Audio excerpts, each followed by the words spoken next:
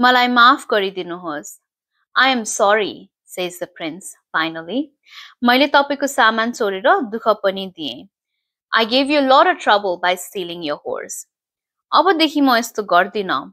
I won't do this again. बरु म तपाईको लागि एउटा ठुलो जादु देखाउने महल बनाइदिन्छु. शहरका सबै बालबालिका त्यहाँ तपाईको जादु हेर्न आउनेछन्, राजकुमारले भने.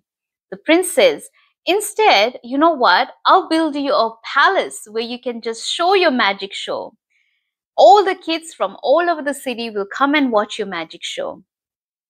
जादु देखाउने महल पाउने कुराले जादुगर धेरै खुसी भए. The talk of him having his own palace just to show his magic show, the magician starts getting happy.